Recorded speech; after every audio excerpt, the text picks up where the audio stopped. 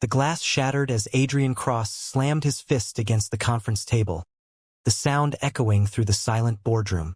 His phone vibrated again in his pocket, ignored for the 5th time. Somewhere high above the city, his 4-year-old son was struggling to breathe, and Adrian stayed right where he was. "Mr. Cross," one of the executives whispered, "should we postpone?" Adrian straightened his tie, jaw clenched. "Continue," he said. "I'll handle it later." Later never came easily anymore. By the time he returned to the penthouse overlooking North Harbor City, the lights were dim, the halls unnaturally quiet. The nanny avoided his eyes as she passed. Adrian didn't ask why. He never did. He removed his jacket, loosened his cufflinks, and walked past the closed door at the end of the hallway. The door to Leo's room. He didn't stop. 2 floors below, Isabel Reyes tightened her grip on her suitcase as the elevator doors opened. The penthouse stretched wider than any home she had ever seen. Marble floors, polished walls, silence thick enough to swallow footsteps. Mrs. Holloway, the house supervisor, waited with a clipboard pressed to her chest. "You're here to clean," Mrs. Holloway said. "Not to ask questions, not to wander, and absolutely not to interfere." Isabel nodded quickly. "Yes, ma'am. Especially the child," Mrs. Holloway added.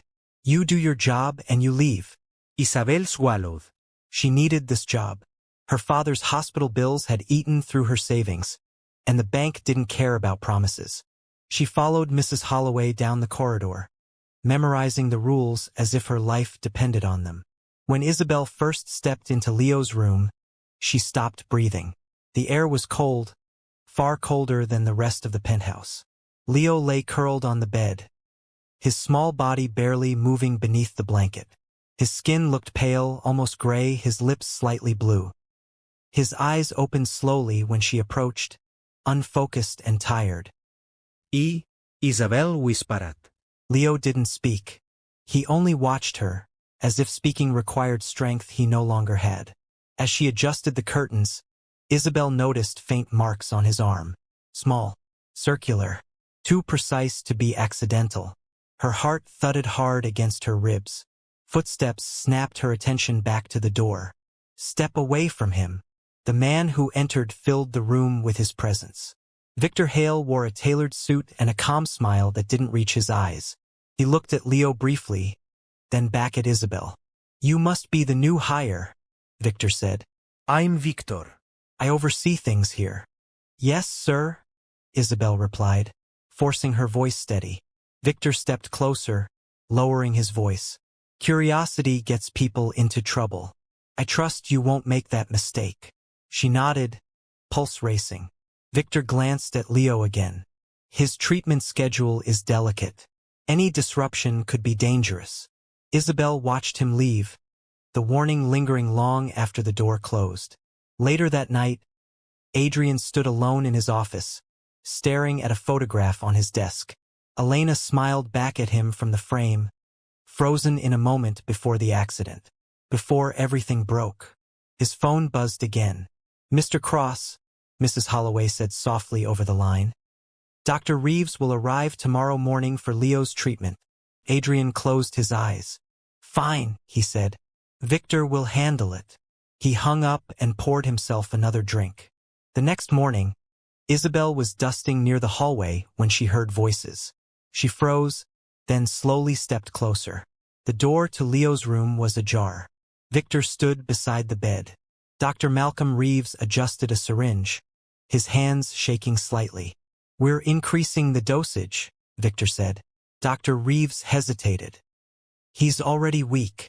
Victor's voice hardened. "Do it." Isabel pressed herself against the wall, heart pounding as she watched through the narrow opening. Leo whimpered softly as the needle pierced his skin. His fingers curled into the sheets. "Stop," Leo whispered. Dr. Reeves looked away. Isabel's stomach twisted. This wasn't care. This was harm. After they left, Isabel rushed to Leo's side. "I'm here," she whispered, brushing his hair back gently. Leo's eyes fluttered. "It hurts," he murmured. "They say it helps." Tears burned Isabel's eyes. She pulled out her phone, snapping quick photos of the injection site, the vial left behind on the tray. Her hands shook, but she didn't stop. "I won't let them hurt you anymore," she whispered. "I promise." That night, unable to sleep, Isabel crept into Adrian's office. She didn't want to snoop. She needed answers. Inside a locked drawer, she found documents neatly arranged. Her breath caught as she read. If Adrian Cross became incapacitated, full guardianship of Leo and control of Cross Global transferred to Victor Hale. Isabel's knees nearly gave out. Behind her, a voice spoke calmly. "You shouldn't be in here." She turned to see Victor standing in the doorway, smiling. "People who ask questions," he said softly, "don't last long in this house." Isabel forced herself to breathe. "I was cleaning," she said. "Mrs. Holloway asked me to." Victor stepped inside and closed the door behind him. "This house runs on trust," he replied. "Break it, and everything falls apart." "Leo is a child," Isabel said, her voice cracking. "He's getting worse." Victor's smile faded. "Grief does strange things to people," he said, "especially fathers." "You're hurting him," she said. Victor leaned closer. "I'm protecting what needs to be protected. Remember your place." He left without another word. Isabel stood frozen, clutching her phone. Somewhere above them, Adrian laughed on a business call, unaware that his silence was being used against his son. Isabel slipped back to her room, heart racing, knowing one truth had become terrifyingly clear. If she didn't act, Leo wouldn't survive. And now Victor knew she was watching. Outside, the city lights flickered, indifferent, while Isabel stared at the ceiling, listening to every sound, wondering which mistake would be her last. Before dawn came, Isabel didn't sleep. Every sound from the hallway made her sit upright, heart racing, expecting Victor to appear at her door. When morning came, she washed her face, steadied her hands, and returned to work as if nothing had changed. The act felt heavy, like lying with her whole body. Leo was worse. His breathing rattled, shallow and uneven. When Isabel touched his hand, it felt cold despite the heater running. She knelt beside him, forcing a smile. "Did you sleep?" she asked. Leo shook his head weakly. "They came again," he whispered. "Who came?" Isabel asked, though she already knew. "The man," Leo said. "He said Daddy was busy." Isabel swallowed hard. "Did Daddy come at all?" Leo's eyes drifted toward the door. "No." Footsteps approached. Isabel stood quickly, just as Adrian appeared in the doorway. He looked surprised to see her there. "You're new," he said. "Yes, sir," Isabel replied. Adrian glanced at Leo but didn't step inside. "How is he today?" Isabel hesitated. "He's very weak." Adrian nodded absently. "Victor said the treatment would stabilize him." "Sir," Isabel said carefully, "may I ask who decides the treatments?" Adrian stiffened. "That's handled," he replied. "You should return to your duties." He turned to leave. "Mr. Cross," Isabel said, her voice shaking. "He cries when they give him injections." Adrian paused but didn't turn around. "Grief makes children emotional," he said quietly. "Please don't interfere." The door closed. Isabel stared at it, anger and fear twisting together inside her chest. Leo squeezed her fingers. "You won't leave me, right?" he asked. "No," she whispered. "I won't." That afternoon, Victor cornered Isabel near the service elevator. "You spoke to Adrian," he said. "I answered his question," Isabel replied. Victor leaned in close. "Let me be very clear. You are replaceable. Leo is not." "That doesn't make sense," Isabel said. "You're hurting him." Victor smiled thinly. "Pain is temporary. Control is permanent." She watched him walk away, hands trembling. That night, Isabel followed Victor. She kept her distance as he entered Adrian's office. She pressed her ear to the door, holding her breath. "The auditors are pushing again," Adrian said. "They always do," Victor replied calmly. "Delay them. They're asking about the subsidiary transfers," Adrian said. Victor chuckled. Let them ask. Focus on your son. There was a pause. How is Leo really? Adrian asked quietly. Victor's voice lowered. He's fragile. Increasing the dosage keeps him manageable. Isabel felt her knees weaken. You're sure this is necessary? Adrian asked. Absolutely, Victor said. If he recovers too quickly, you'll start asking questions. Silence followed. Trust me, Victor added. I've handled everything since Elena died. Isabel backed away slowly, tears streaming down her face. This wasn't neglect. It was calculated. The next morning, Leo collapsed. Isabel heard the sound from the hallway, a soft thud followed by silence. She ran into the room and found him on the floor, his body limp, eyes half open. Leo, she shouted. He didn't respond. She scooped him into her arms, panic flooding her veins. His breathing was barely there. She fumbled for her phone and dialed emergency services with shaking fingers. My employer's son isn't breathing properly, she said. Please hurry. Mrs. Holloway rushed in. What did you do? She demanded. I'm saving his life, Isabel snapped. Sirens echoed through the city minutes later. Paramedics rushed in, placing Leo on a stretcher. Adrian arrived just as they were leaving. What's happening? He demanded. He collapsed, Isabel said. You need to come now. At the hospital, doctors moved quickly. Machines beeped steadily as Leo was rushed into intensive care. Adrian stood frozen, watching through the glass. What did they give him? One doctor asked. I don't know, Adrian said, his voice breaking. Isabel stepped forward. Immunosuppressants, she said, and something to thin his blood. The doctor turned sharply. Who told you that? I saw it, Isabel replied.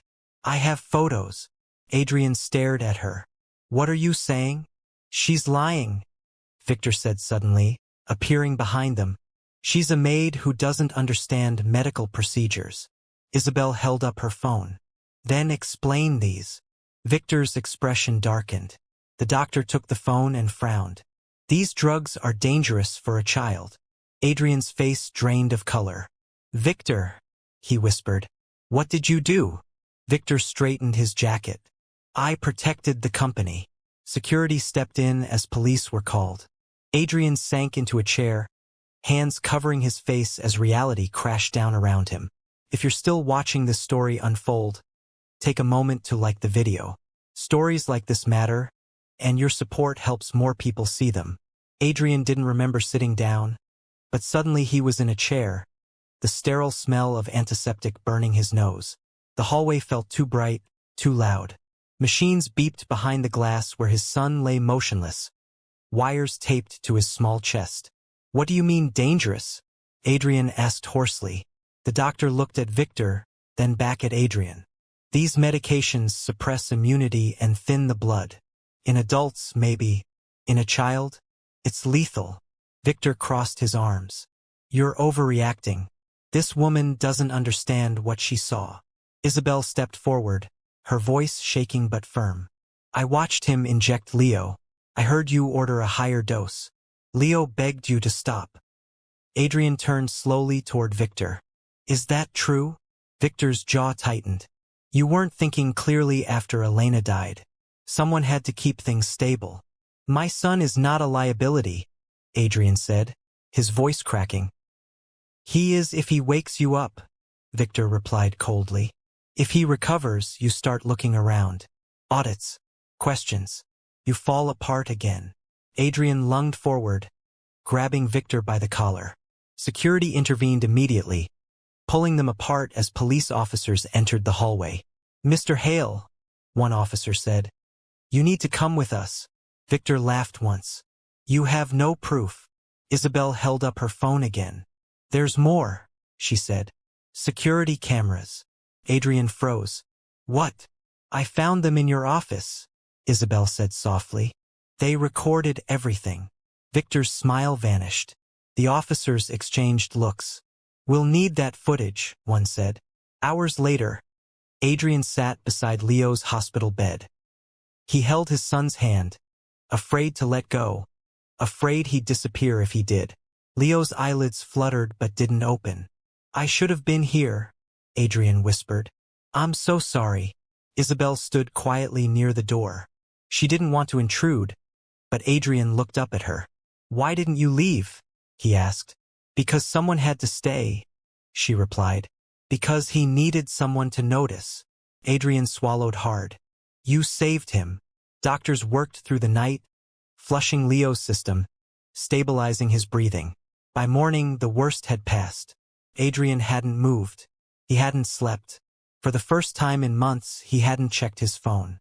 Detective Nina Calder arrived just after sunrise. She introduced herself, calm and efficient. "We reviewed the footage," she said. "It's extensive." Adrian closed his eyes. "What happens now?"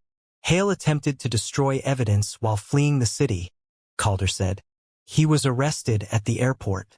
Dr. Reeves cooperated once confronted. Charges will follow." Adrian nodded slowly. "Thank you." Calder glanced at Isabel. "You did the right thing." Isabel exhaled shakily. "I was scared." "You still did it," Calder replied. Weeks passed. Leo improved slowly day by day. His color returned. His laugh came back in pieces, quiet at first, then stronger. Adrian attended every therapy session, every doctor's update. He learned how to braid Leo's hair, how to read the same book 5 times in a row without rushing. One afternoon, Leo looked up at him and asked, "You're not leaving again, right?" Adrian felt his throat tighten. "Never," he said. Isabel returned to the penthouse one last time to collect her things. The halls felt different now, lighter. Mrs. Holloway avoided her eyes as she passed.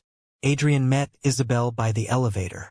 "I'm funding a center," he said, "for children who fall through the cracks. I want you there." Isabel blinked. "Me? You see things others ignore," Adrian said. "That matters." She nodded, emotion flooding her chest. "I'd like that." Months later, the building stood open on a quiet street. Children's voices echoed through the halls. Isabel watched as Leo ran toward her, healthy and smiling, a crayon drawing clutched in his hand. "For you," he said. She knelt and hugged him, tears blurring her vision. Adrian watched them, a different man than before. Grief hadn't disappeared, but it had changed shape. It no longer ruled him. And somewhere beyond the walls, other children waited to be seen. The trial moved quickly once the evidence became public. Video after video played in the courtroom, each one tightening the silence. Victor Hale sat rigid, his confidence stripped away frame by frame. The footage showed him standing over Leo's bed, issuing calm instructions, increasing dosages, reminding the doctor who was in charge. There was no room left for doubt. Adrian watched from the front row, his hands clasped so tightly his knuckles stayed white. Every screen replay felt like a punishment he had earned. Isabel sat a few seats behind him, her stomach twisting each time Leo's small voice echoed through the speakers, asking them to stop. When the verdict came, no one gasped. Felt inevitable. Guilty. Victor didn't look at Adrian as he was led away. Dr. Reeves wept openly, his medical career reduced to ashes in a matter of hours. The judge's voice faded into background noise as Adrian leaned forward, breathing deeply, the weight finally lifting from his chest. Outside the courthouse, reporters shouted questions. Adrian didn't answer. He walked past them all, straight to Isabel. "It's over," he said quietly. She nodded. "For him. Not for Leo." Adrian exhaled. "I know." Recovery wasn't a straight line. Leo had nightmares. Some nights he woke up screaming, begging them not to touch him. Adrian stayed by his bed every time, holding him until the shaking stopped. "I'm here," he repeated. "I see you. I won't look away again." Those words became a promise Adrian lived by. He resigned from 3 executive boards within the month. His phone stopped ringing the way it used to. Instead, his days filled with therapy appointments, doctor visits, and slow afternoons at the park. He learned how to sit still, how to listen. Isabel watched the change with quiet relief. The center opened in the spring. No grand speeches. No cameras. Just open doors and warm lights. Children came in guarded and afraid. Some wouldn't speak at all. Isabel recognized that silence immediately. She knew how to sit with it. One afternoon, a social worker rushed in with a trembling boy who refused to let go of his backpack. "He won't talk," the woman whispered. "He just keeps saying he did something wrong." Isabel knelt in front of him, her voice gentle. "You didn't," she said. "I believe you." The boy's shoulders shook as he finally cried. Across the room, Adrian watched. He understood now what power really was. Not control. Not money. Tension. Presence. The choice to stay. Weeks later, Leo ran through the center's hallway, laughing loudly, his footsteps echoing off the walls. He crashed into Isabel's legs and wrapped his arms around her. "Look," he said proudly, holding up a drawing. It showed 3 stick figures. One tall, one small, one with long hair, all holding hands. Isabel smiled. "It's perfect." Leo grinned. "Daddy says you're a hero." She shook her head softly. No. "I just listened." Adrian joined them, resting a hand on Leo's shoulder. "That's rarer than people think." The sun dipped low outside the windows, casting long shadows across the room. For a moment, everything felt still. Isabel's phone buzzed. She glanced at the screen, her expression shifting. "There's another case," she said quietly. Adrian nodded. "Do you need anything?" "No," she replied. "I just need to go." Leo hugged her again. "You'll come back." "Always," she promised. As Isabel walked out, she knew the story didn't end with justice or healing. It continued every time someone chose to notice. Every time someone refused to stay silent. And if you've stayed until this moment, take a second to like this video. It helps stories like this reach people who need to hear them. Share your thoughts in the comments because your voice matters more than you know. And if you believe no child should suffer in silence, subscribe to the channel so you never miss the stories that remind us why paying attention can save a life.